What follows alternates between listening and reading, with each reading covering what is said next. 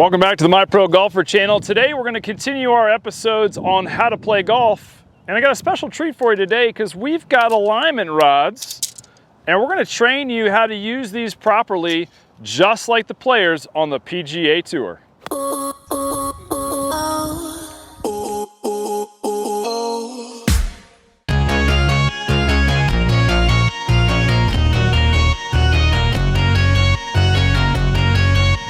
So I don't know how many of you watch golf on television on a regular basis or even care about watching people warm up on the range on any kind of tour level, but the one commonality that they all have is alignment rods. You'll see them sticking up out of the bags.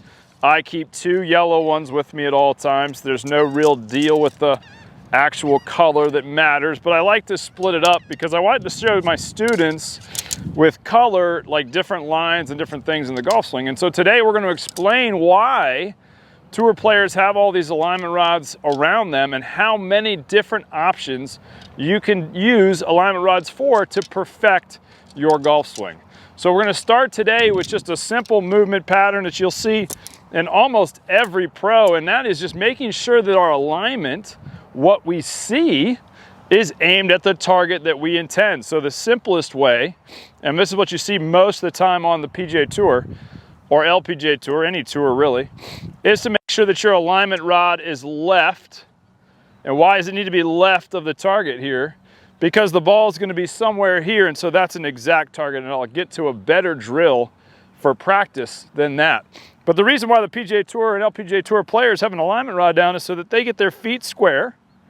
They check their hip position and their shoulder position. So those of you that follow the channel know we talk all the time about the olive tree method. And what the olive tree method is it's a process to build your stance, move your body, and finish the golf swing exactly like a tour player. The biggest difference is their bodies are different, and so their swings are going to be different. They're going to have shoulder issues or hip issues or knee issues.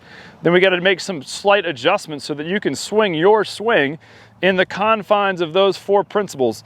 And once you get those four principles down, this will make even that much more sense. I see a lot of people on the tour doing two rods. I'm going to explain that here in just a second. So most players warm up with a wedge of some sort, and you'll see them on this line. And almost always they're going to go and just confirm their alignment, checking, so that they know exactly where that ball is supposed to be. I'm right in between there, and I don't know if you could see in the glare of the sun this morning. There's a green flag out there about 175 yards out there, and I've got my wedges just left, because if I hit shots and I feel like it's left of my target, I'm going to need to perfect the knowledge of where that goes. So as I get in here, build my stance, I could check my feet alignment to the rod, my shoulder alignment to the rod. I can use another rod or my golf club to make sure I'm not too cockeyed right or cockeyed left, but I'm square. And so from that point on, a tour player now just needs to swing and see the visuals of that target off that shoulder. Hey, thanks for watching today's episode. Here at My Pro Golfer, you know we like to keep things simple. And today, I've got a special gift for you to help you never miss a 5-foot putt again. Click the link below and download today. All right, so you can tell that there's just been one divot here, and I'm going to learn a lot from the divot. It's a little toe deep, and so the shot was just a little pulley, so that the player can tell, okay, I'm a little steep on that swing, and it was my first swing of the day, which is fine. But we're just trying to figure out what the body's going to do, and the alignment really helps with that. So then let's just fast forward through a 70-ball practice session of a PGA Tour player warming up for golf, putting that club out there on the same line so that the feet can be similar.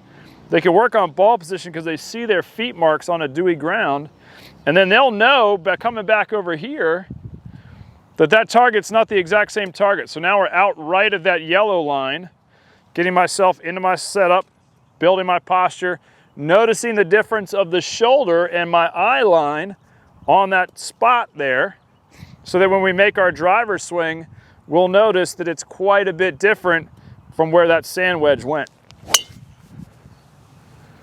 And that's exactly where I'd want that ball to go.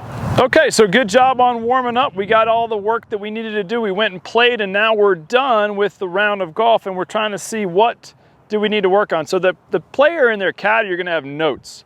What did you struggle with today? Were you lifting up out of the shot? So this is where it gets a little more technical and why you need more rods. So from a standard position, we're gonna use this divot as our practice session, just so we save our driving range here. We're gonna set that rod out there.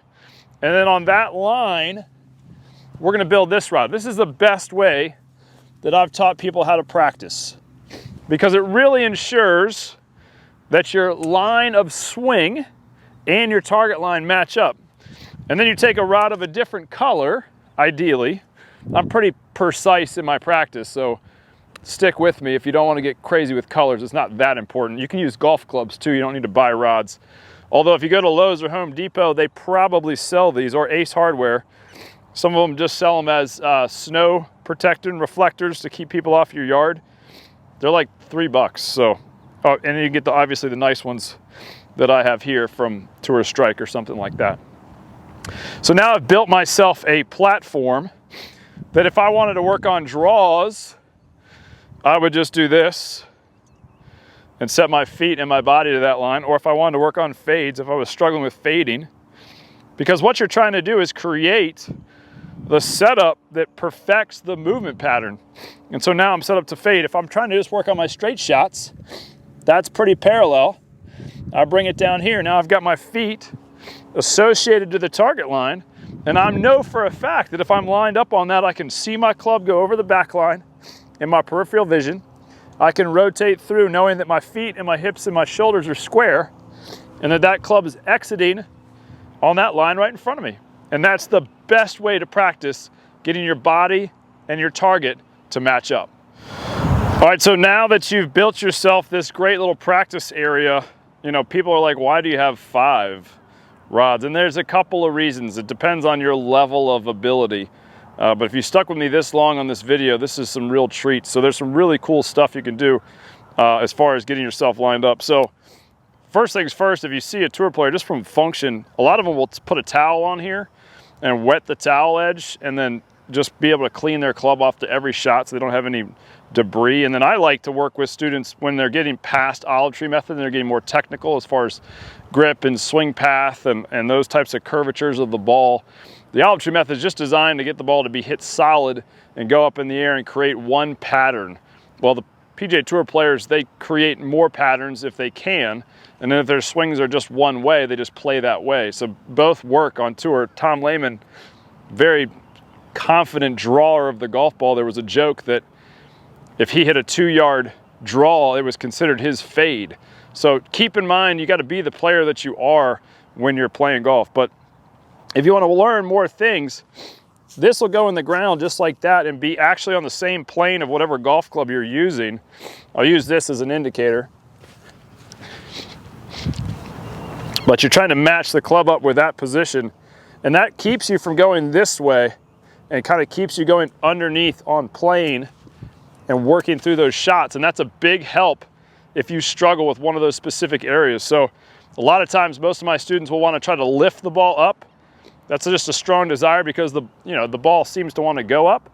So you take it out here, put it a little lower than your swing plane, and then you're just trying to visually hit the ball below and under, and that really keeps the mind in groove to try to not lift the ball in the air, but to press the ball in the air, just like every tour player does. Hey, just want to remind you to not forget on getting your free gift below on how to never miss a 5-foot putt. All right, so last but not least, this is my swing plane. When I get too far under plane, this is the drill I like to use for people. We get that matched up with our player, and then we just kind of, depending on their level, we put it out further than we need. It's just a visual on that target line, and so that you get yourself set up and you can actually swing visually over it. You can hit it, but most people don't because I'm reaching for it. But if I were to swing now, I wouldn't hit it. But you can see how it kind of goes up the line and rod. If you're videotaping and you see it go back underneath, that's not optimal depending on your swing type. But in the olive tree method, I want you to slide on that line, up, load, fire, release in a perfect world. So gang, I hope this was helpful for you as how to use alignment rods to the best of your ability. It's gonna help you track your practice and get way more out of it. If I walk up and down here with my students, and they don't have at least a club down for alignment, I'm gonna say something, because practice makes permanent. It doesn't make perfect. And so if your practice isn't developing great shot patterns, then you're just hurting your golf swing. You're doing a great job of getting worse at golf. So keep that in mind. If you like this video, like it. If you like it, subscribe. Remember, in the comments, this idea came from one of our commenters, and so I want to help you with whatever shots you need help with. So comment below what you need help with, and we'll see you next Thursday at 6 o'clock.